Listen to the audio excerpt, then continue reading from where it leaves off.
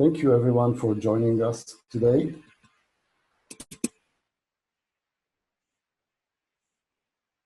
So I'm your host for this webinar. My name is Shay Rapaport. I'm the head of product strategy at CDNetworks, and I'm heading of the security product portfolio. And before that, I was the co-founder and the CEO of Fireblade, which was the first bot management solution out in the market, and the first WAF that was supported by machine learning and log analysis in real time. Also have a background in law and in journalism. And what we're going to do here today, hopefully, is talk about the essentials of web application security. And when I say the essentials, I mean to give you a perspective and understanding on why these attacks even happen and how you should think about them. Are you vulnerable? Is it something that even matters to your organization and to what you do? Because sometimes, you know, you hear a lot of noise about attacks, but is it really relevant to you, not relevant to you? And if it is, what kind of defense tools do you need? Because there are so many of them out there in the market. So it's how to think about this issue. And of course, we'll have a Q&A session after a short, very short demonstration of our product. So the first question, I think, maybe a naive one, but why would anyone even attack you? Maybe if you're a bank or if you have a lot of money, a lot of transactions, you understand why you're a target, or if you're a government. But for a lot of organizations, it's not clear. Surely for individuals, for SMBs, for bloggers, why would they even be attacked? So there are a few motivations for attackers. First of all, of course, as I said, I mentioned or implied, profit making, right? That's what makes us all go. So there's money that can be made sometimes directly by attacking your platforms or the users using it. Sometimes you can just take over a user account and, you know, shop and commit financial fraud and theft. Of course, if you can steal credit cards, you can either use them yourself to transfer money or to buy things, or you can sell them out in the market. They have value, surely, if they haven't expired or been canceled yet, you can sell them. And that's what some hackers do. They just steal them by thousands and sell them in bulks. Some user data can be sold, from username and passwords to identities and other personal identifying information can be used, can be sold, can be converted to money, bottom line. And also, the bold and the brave hackers can sometimes even contact you directly and try to extort you, to blackmail. So what they do is typically they would take your site or your infrastructure down, and then they'll tell you, if you want to be back up online in the air, you have to pay us, maybe Bitcoin, maybe some other way of payment, and only then you'll be able to do business. There's also some profit that can be made in a less direct way. So when I say less direct, it's not the immediate impact of the attack that generates revenue, but something that takes place after that, and sometimes not even directly from you. So hackers can try to infect your platform just as a first phase of attack that makes them money later. For example, by just using your infrastructure as a tool to commit other attacks, because you have servers, you have IP addresses, you have network, you have bandwidth, you have users, you have a lot of things that can be used as tools to commit other attacks that can then maybe make money, or even the attack tools themselves can be sold on the market. And there's sometimes hackers that just infect your platform, your website, in order to infect your users' devices. So when they come and browse with a standard browser or with an app, they'll be infected with something that was previously uploaded to the website. and then their devices can be penetrated, they can be extorted, maybe they can be used to commit other attacks, maybe credit card information or other information will be stolen from their devices later. So that's the idea. So it's a first maybe phase of chain attack. Another thing is competition. So not all of your competitors are nice and just meet you on conferences every year. Some of them take very unethical steps. So first I start with the lighter ones and go to the most criminal ones. So first of all, they can copy your content or your prices just to make better offers and attract your users. Meaning, for example, if you are a hotel's website, for example, and you have thousands, maybe tens of thousands of prices, they can copy all your prices every day and then just make better offers, or at least go online and say, we have the best prices, we compare to the others, and we always give you the best deal, and then try to get the attention of your users. Or if you're, for example, a classified website, you have a lot of information that actually brings users to your platform, but if somebody copies all of this data, you don't have any competitive advantage. They have the same data and they can just use a better UI, appeal to your users and get their attention. And sometimes, that's more criminal, but they can steal your customers directly from your website, meaning that they can sometimes inject things into their browsers. Can be done in many ways, through the ISPs, through extensions, browser extensions, and so on. And then simply what happens is that somebody browses your website, and when they want to put something into their cart, they view a product, they do something that is valuable and can be compared to another website, they either see an ad or something that grabs their attention and tells them to go to another website, injected, hovering on top of your website, or even worse, they'll be redirected to another website with the checkout or the cart. So this is another way, and it's very, very frequent. It's not something that is rare.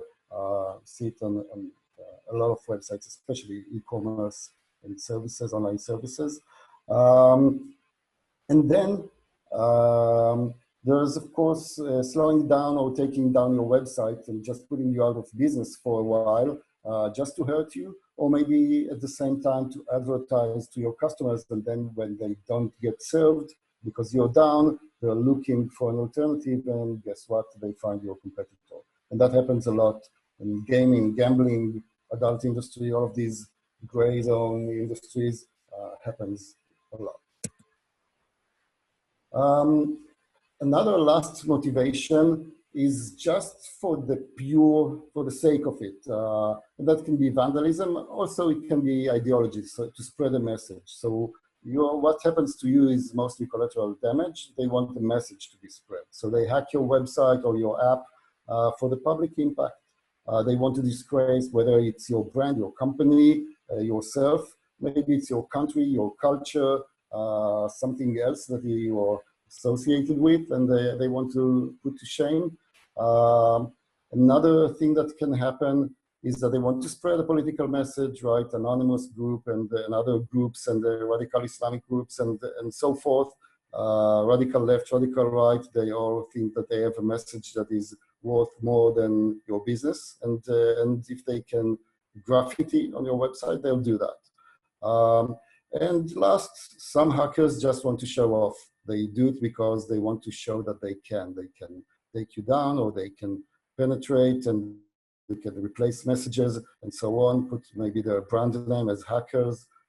They do that. The bottom line is that until the age of the internet and the age of the web, we used to say that there are only two things that are certain, and that is taxes and death. Now there are three, and the third one is that you'll be attacked. And I don't think I'm exaggerating here. Every website, every asset digital asset that is public, exposed to the public, will be attacked eventually, and mostly very quickly. And that is because they all have value, even if their owner doesn't know that they are valuable, they do have value, because if they have transactions, of course, but also if they just have traffic, they just have users, even some users, that's valuable. Hackers can use that to make money. The data, of course, is valuable. Users' devices are valuable. They are assets to attackers. And the other thing, which is at least as important, is that attacks can be automated and easily scaled. So if you're a hacker and what you want is to get as many websites, as many data, as many websites penetrated, as many data stolen, as many credit cards stolen, as many user devices infected, you can commit attacks by the millions with bots. It's easy, it's cheap. You don't have to be an expert to do that. And because it's so easy, so cheap, and the risk of getting caught is so low, why not? It's almost why not?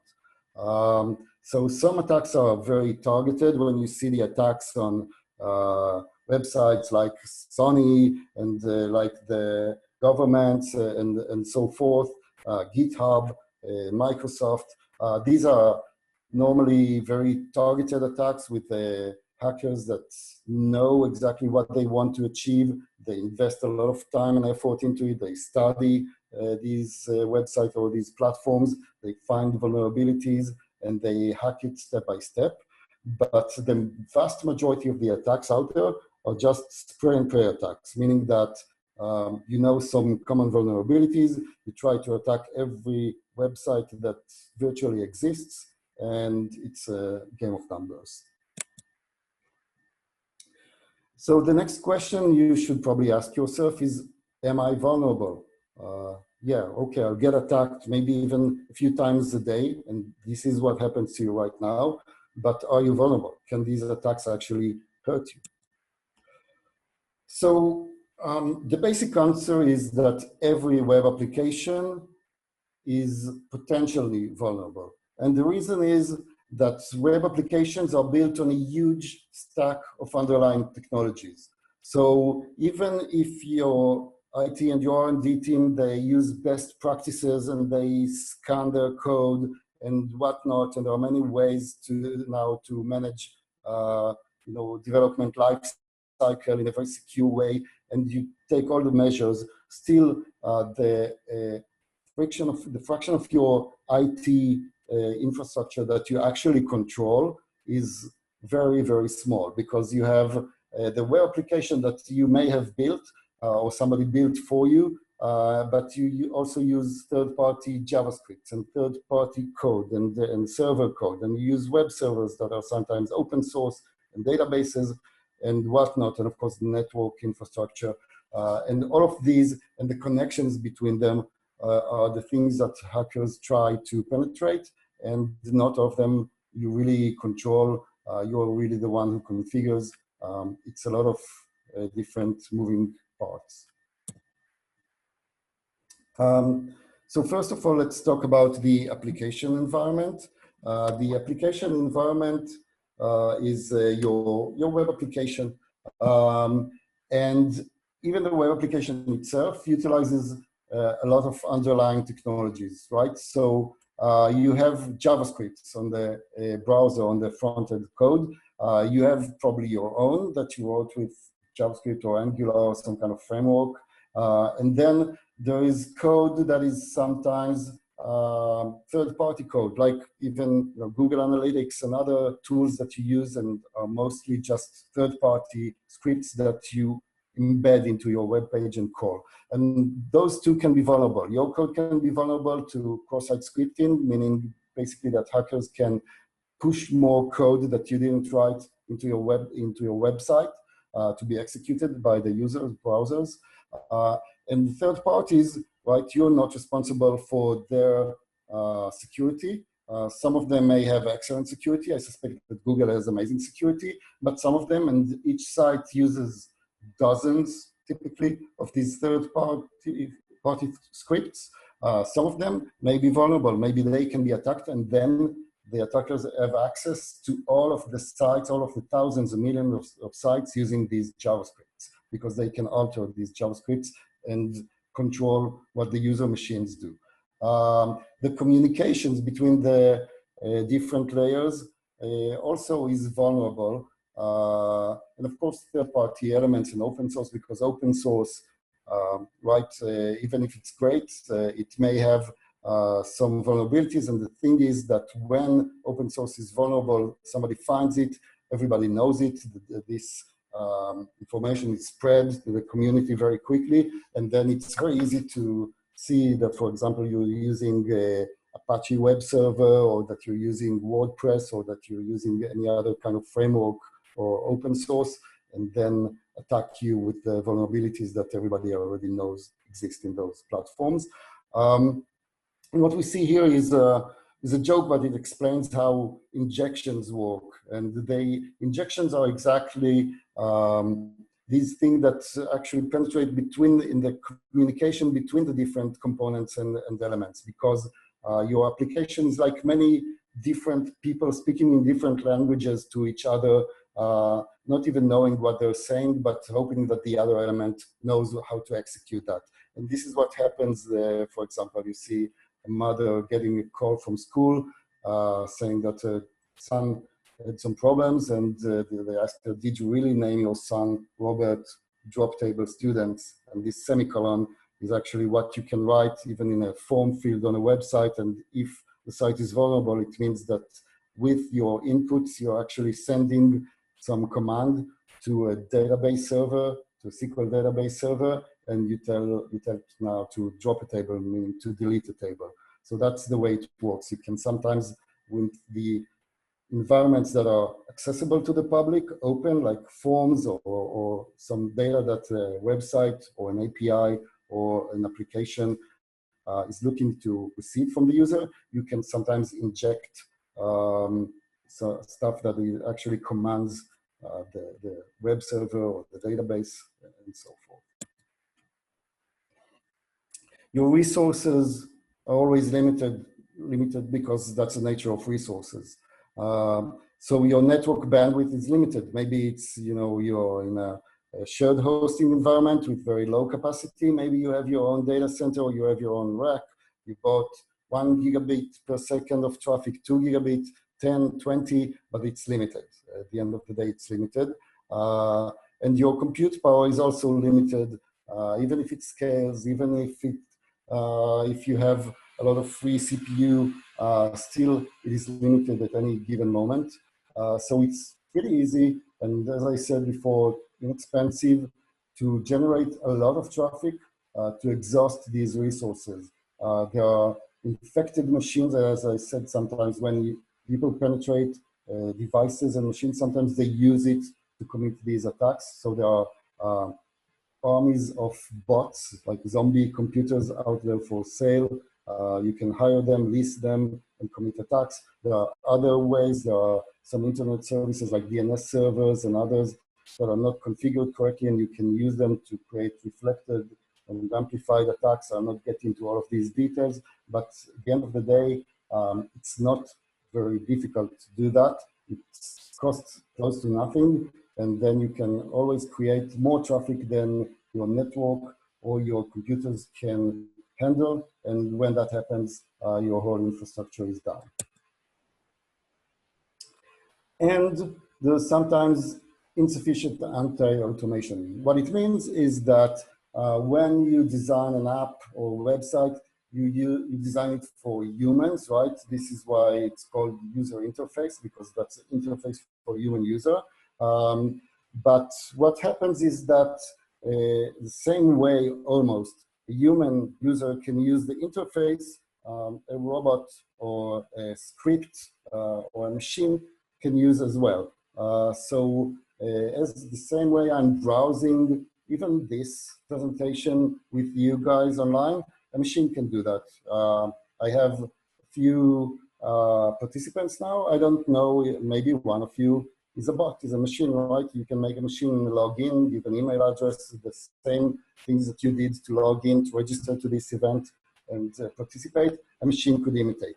And you could do it by the thousands. Like if somebody here really wanted to flatter me, they could build an army of 2,000 machines to register to the event, and I'd think, oh, I have 2,000 listeners right now. That's amazing. But of course, nobody has this interest to flatter me. But there is an interest, high interest sometimes, to copy information from website, to try to take over user accounts, and so on. So you just build these automation tools, and then you can attempt to do things over and over and over again until you succeed, and you can do things in very high frequencies. And it's not very easy to stop that, and most of the websites are unaware of that. The application level itself is unaware of that. You can imagine it almost as a vendor sitting at a store and is so blind that the same customer comes again and again and again every 5 seconds and asks, what's the price of this? What's the price of that? Can you give me your credit card info? And he just answers politely every time, because that's the way applications are built, unless they have strong anti-automation tools. So why should you care? Okay, attacks happen all the time. Maybe you're vulnerable, maybe you're not. What can happen? So there are technical consequences to an attack if it succeeds. Data leakage, so business data, private customer information, user information, credit cards, user accounts, and so forth. Interruption to your operations, your website or your app can become slow and responsive, not available, or just malfunctioning, giving error messages or wrong information. It can be tampered with, so the content can be changed, it can be defaced. If you have user-generated content, it can be used for spams and links and so forth.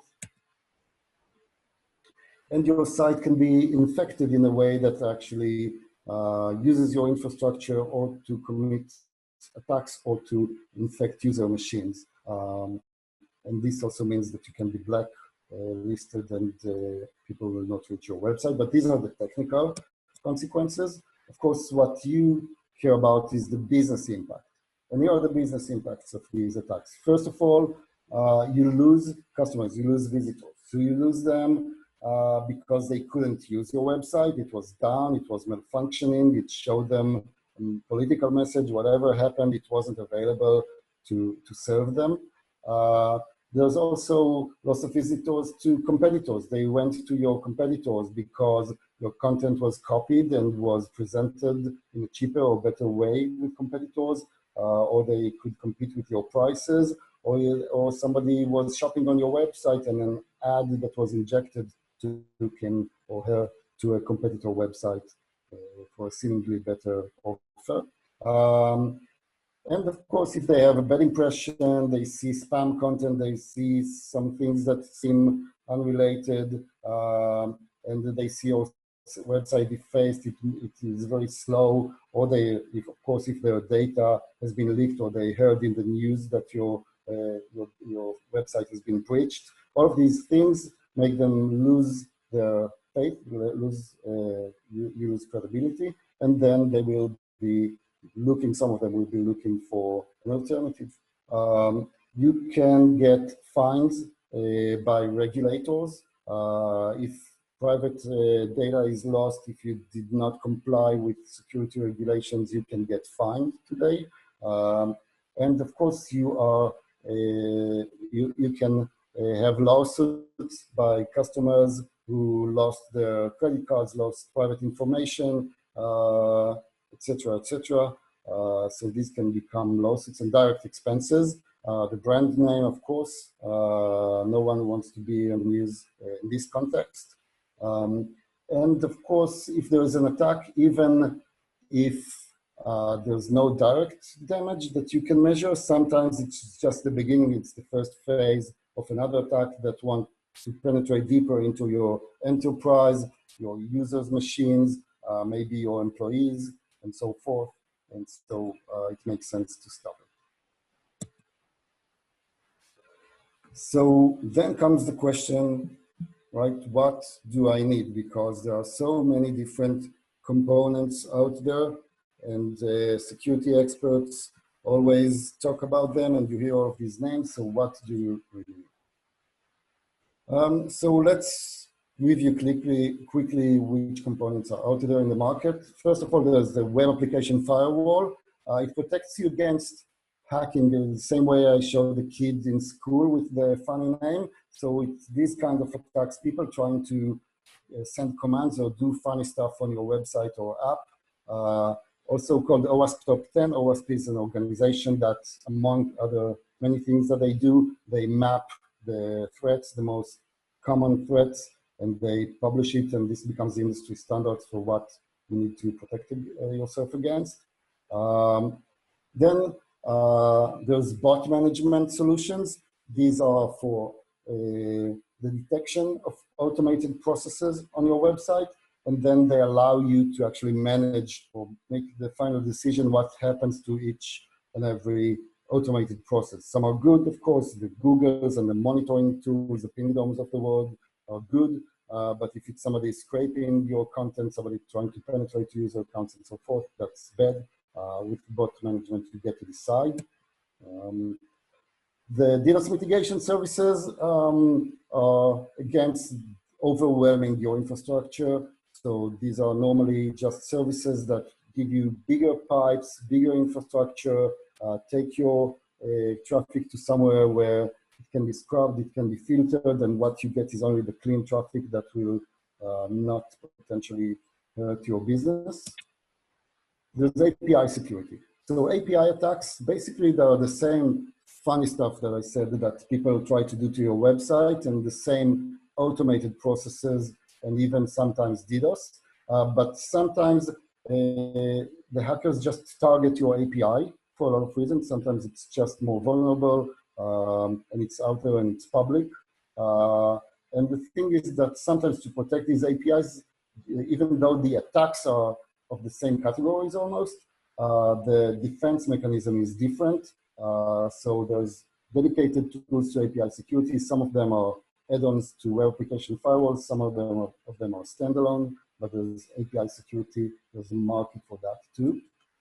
And the last one, which is relatively new, not everybody is well aware of, but some attacks take place without even touching your infrastructure. And what I mean is that they are targeted directly at your user browsers.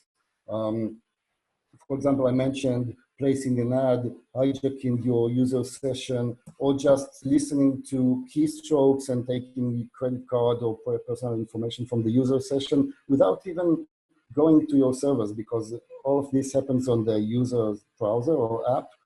And if an attacker can get some level of access to there, they can hijack a session, get data, and so forth.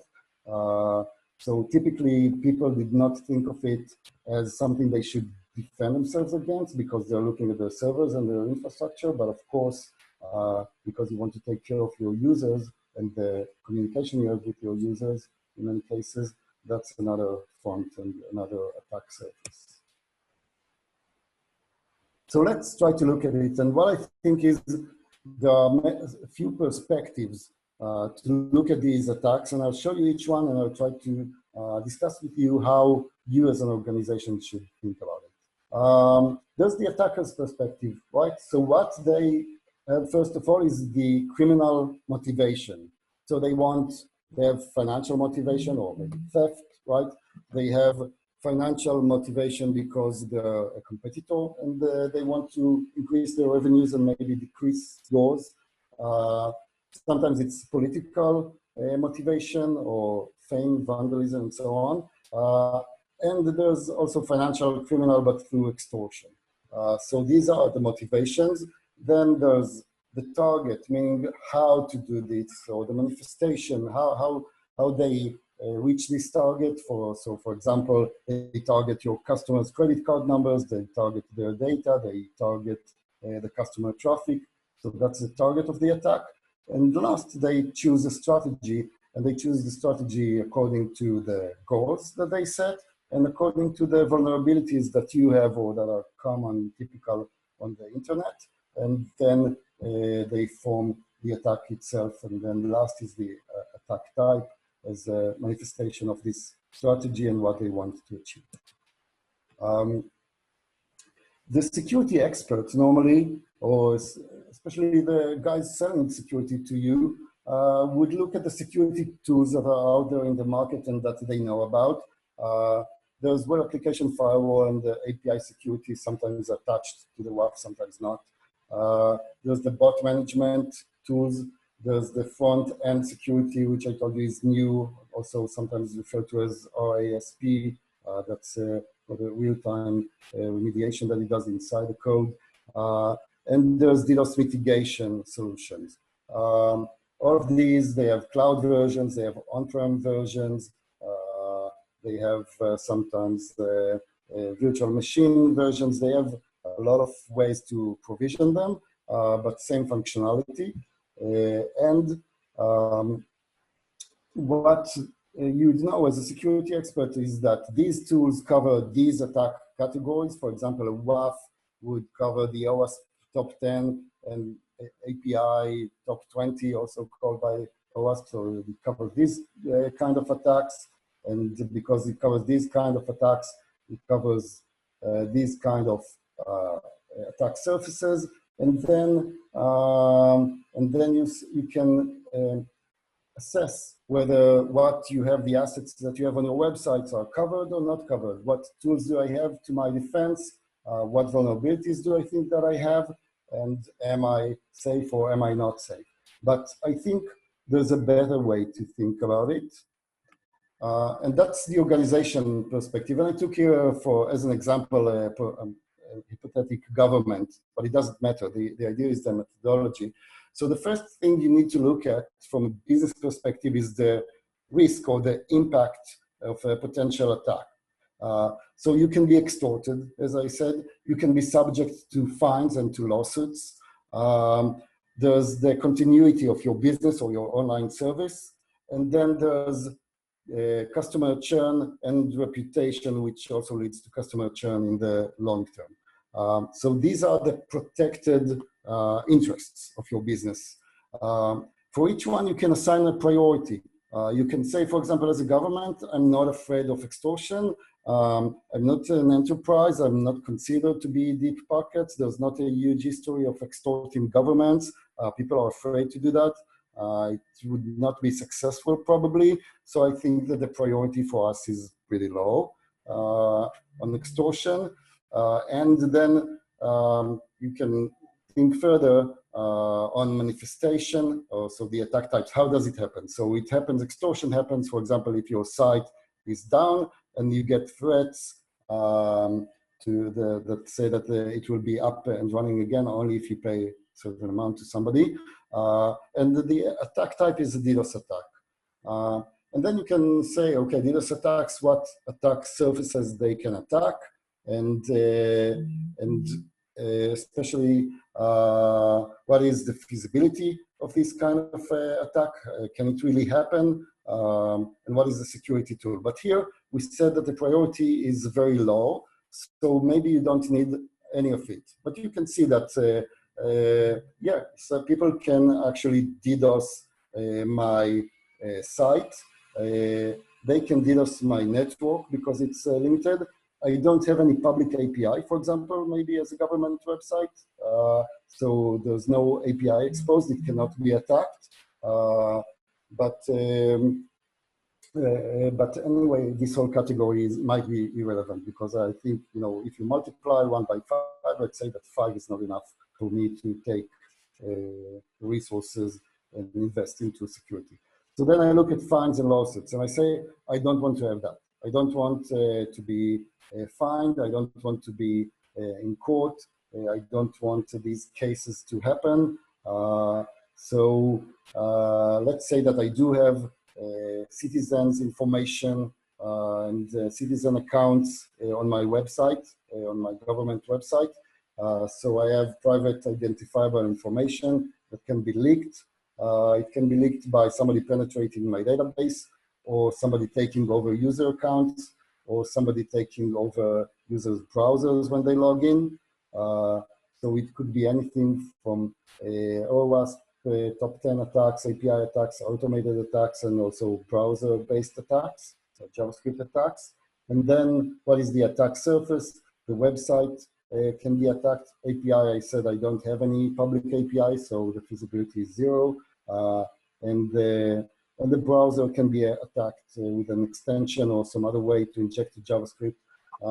So you can see that here through the bold path, you can see that WAF is probably something that I need. Bot management to protect user account from brute forcing and other attempts to hijack accounts is probably needed, and the JavaScript security is probably needed, and so on. So you can look at business and the business and service continuity, and you can say, yes, it's high priority. I don't want my business or my government websites to be out of service. This is a crucial service that I'm providing to the country citizens, whatever it is, car licensing, anything.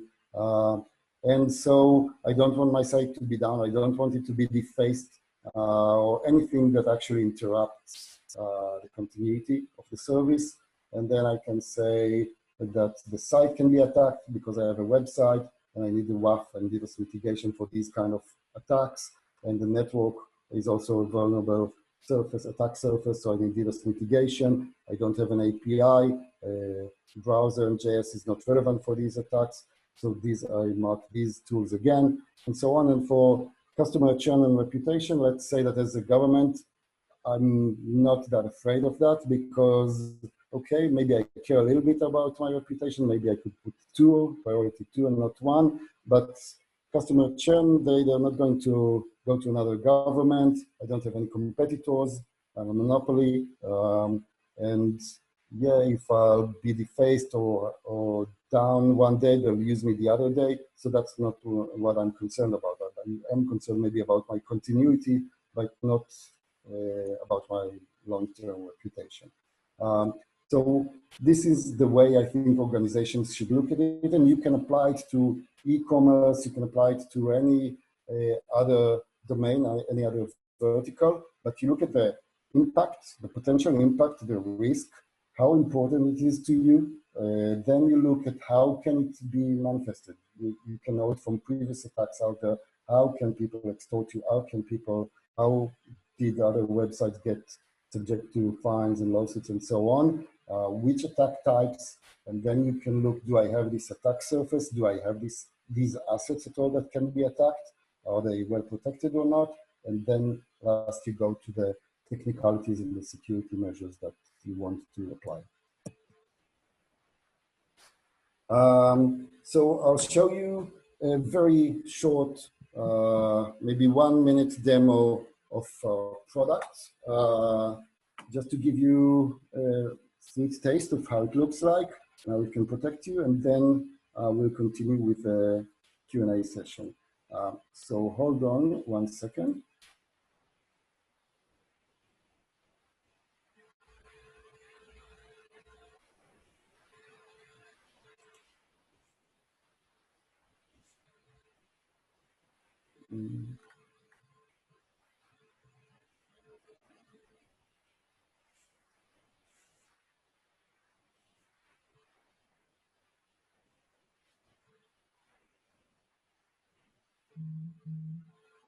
Welcome to the dashboard of Application Shield, CDNetworks web application firewall combined with DDoS protection for your web apps.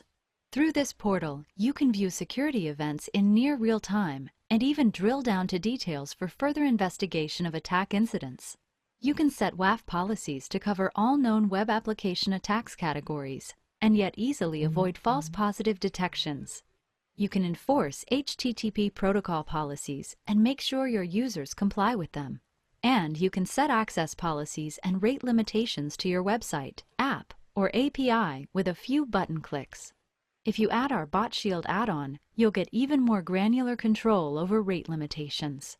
And you'll be able to set challenge response traps with configurable thresholds to detect and block malicious automated traffic. So, WAF, DDoS protection, and even bot management, all on one portal, from one vendor, only CDNetworks.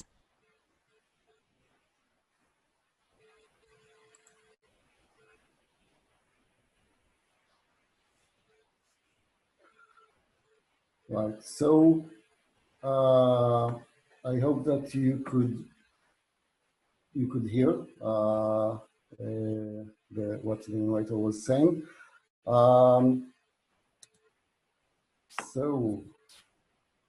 Okay. So these are the advantages. You have integrated security with acceleration. We are a CDN company, right? So we provide a cloud security solution that is deeply integrated with acceleration services. The deployment is super quick. You can get accelerated and protected within hours. Protection is very accurate and also with very low false positives. All of the customers that we have use our protection services in a blocking mode, unlike a lot of other services where sometimes it's only in constant monitoring mode and logging mode and learning mode and whatnot, but anything but real protection because it creates too much problems.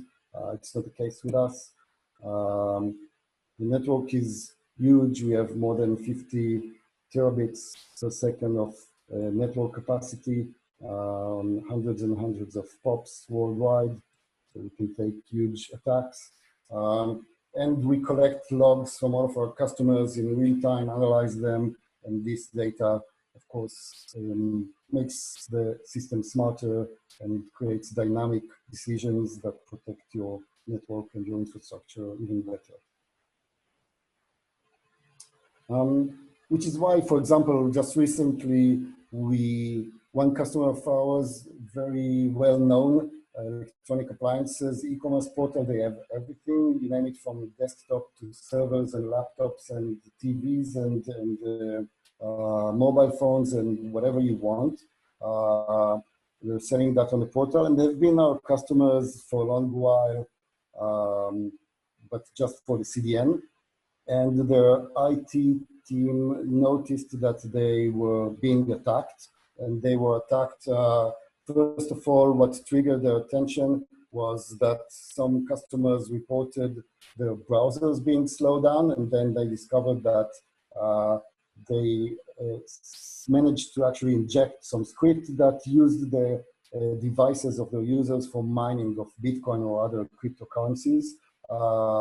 And then they also discovered that they had bots trying to hijack their user accounts with credential stuffing, meaning that they tried a lot of usernames and passwords stolen from other websites to see if they work on this website, and also SQL injections, etc., etc. So once their attention has been triggered, they actually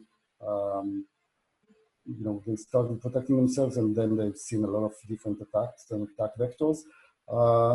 And volumetric attacks too, which sometimes peaked to almost the network capacity. So they started using all of our security elements, the web application firewall, which we called application shield, with the bot shield add-on to manage automated traffic.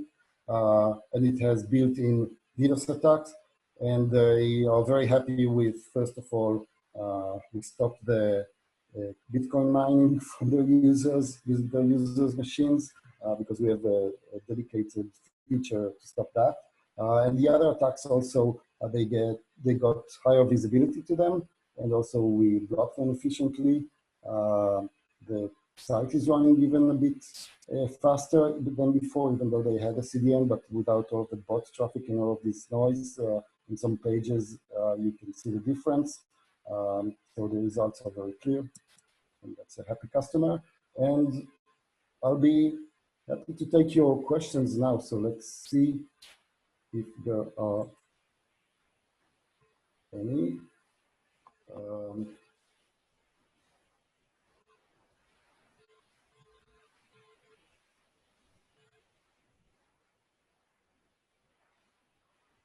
Okay, so one question is, I see, how did this customer know about the attack if they did not have any security measures? That's a good question. So, as I said, what triggered their attention, they were aware of some volumetric attacks. They saw that, they felt that they could mitigate it themselves. But then what happened was that they they saw that customers actually complained about slow performance of their browsers when they were visiting this website, or sometimes the browser completely getting stuck. And then they realized that these browsers were infected with some JavaScript that use the browsers to mine cryptocurrencies. And that's, first of all, alerted them that they can be attacked, and that there are some attacks that they do not cover too well all by themselves, and they cannot use just homegrown solutions. And then they asked us what to use. We told them that the application shield is the right tool, and it can cover other attack vectors, and that we recommend using bot shield as well. So as a POC, they tried both, and they were happy to see that both helped, and both actually provided accurate data about attacks and about things that were happening. And that's how they gained further visibility and decided to use these products. So I hope this answers the question. Is there any other question? Let's see.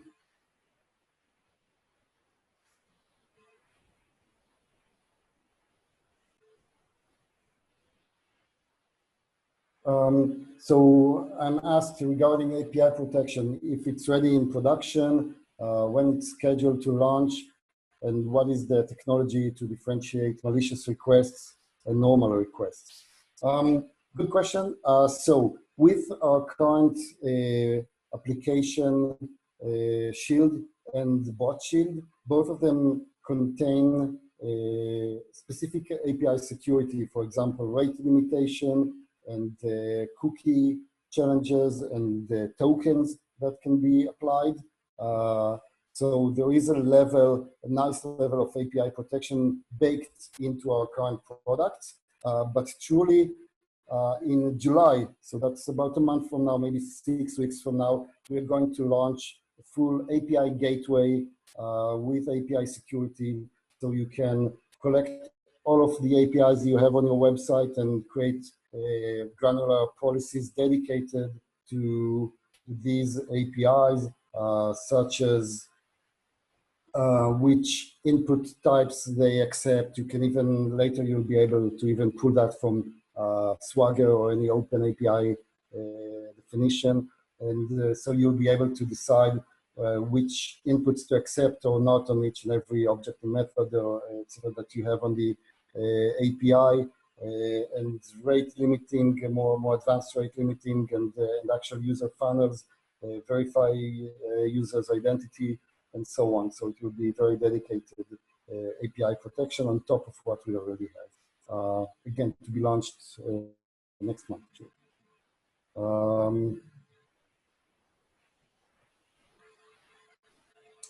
So another question I got is, what makes CDNetworks security product differentiate with other vendors such as Akamai, Oracle, and so forth? That's another very good question. So I'll tell you this.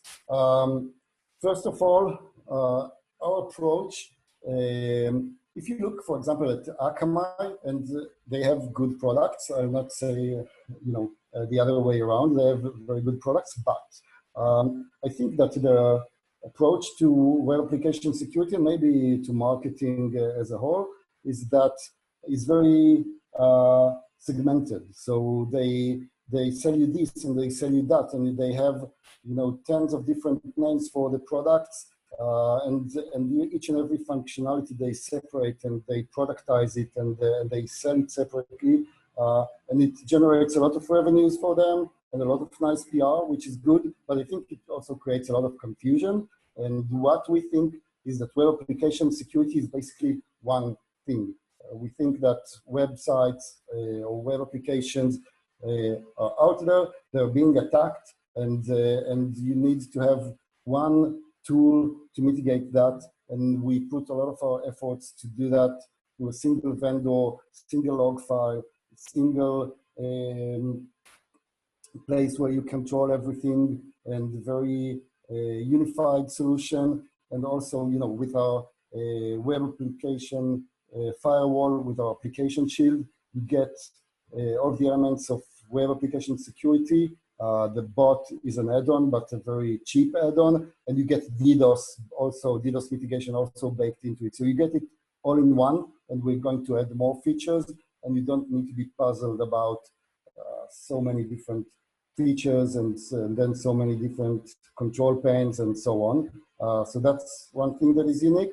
Another, I think, is the pricing point, because especially if you're using all of these tools, I mean, CDN or just WAF, if you compare apples to apples, I guess would be cheaper than Akamai. But you know, maybe you can find comparable prices out there in the market. But the more you ramp up, and if you want to have CDN and acceleration, dynamic content, and the web application firewall, and bot mitigation, and DDoS, etc., and the other elements that we're going to introduce soon, API and JavaScript and so forth, you'll find yourself getting a much cheaper package once you have all of these elements, because we integrate them and sell them as one.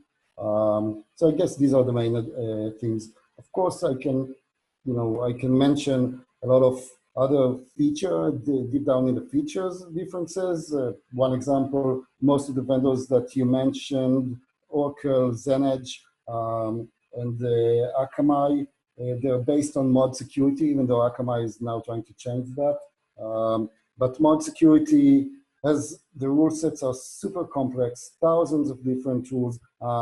Nobody knows how to operate that. Nobody knows exactly what rules they need to be on or off. Creates tons of false positives.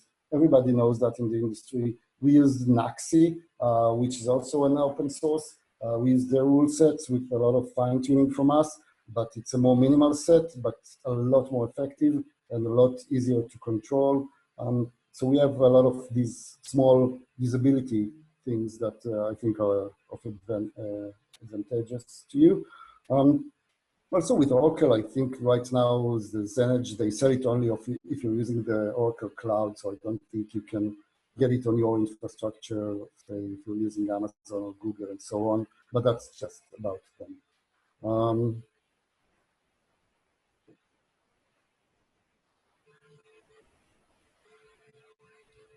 So let's see if there are any other questions.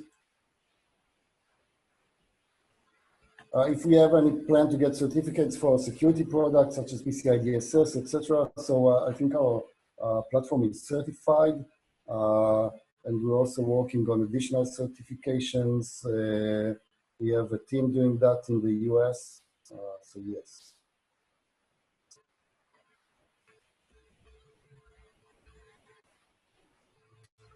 Okay, so thank you very much. Very good question. And thank you for your time. And I hope to see you again in the next webinar. We'll publish it, and we're going to have more webinars coming soon. And please visit our website, and you can get a free POC to the CDN and to the security products, and experience them all by yourself. Don't trust my word, trust the product.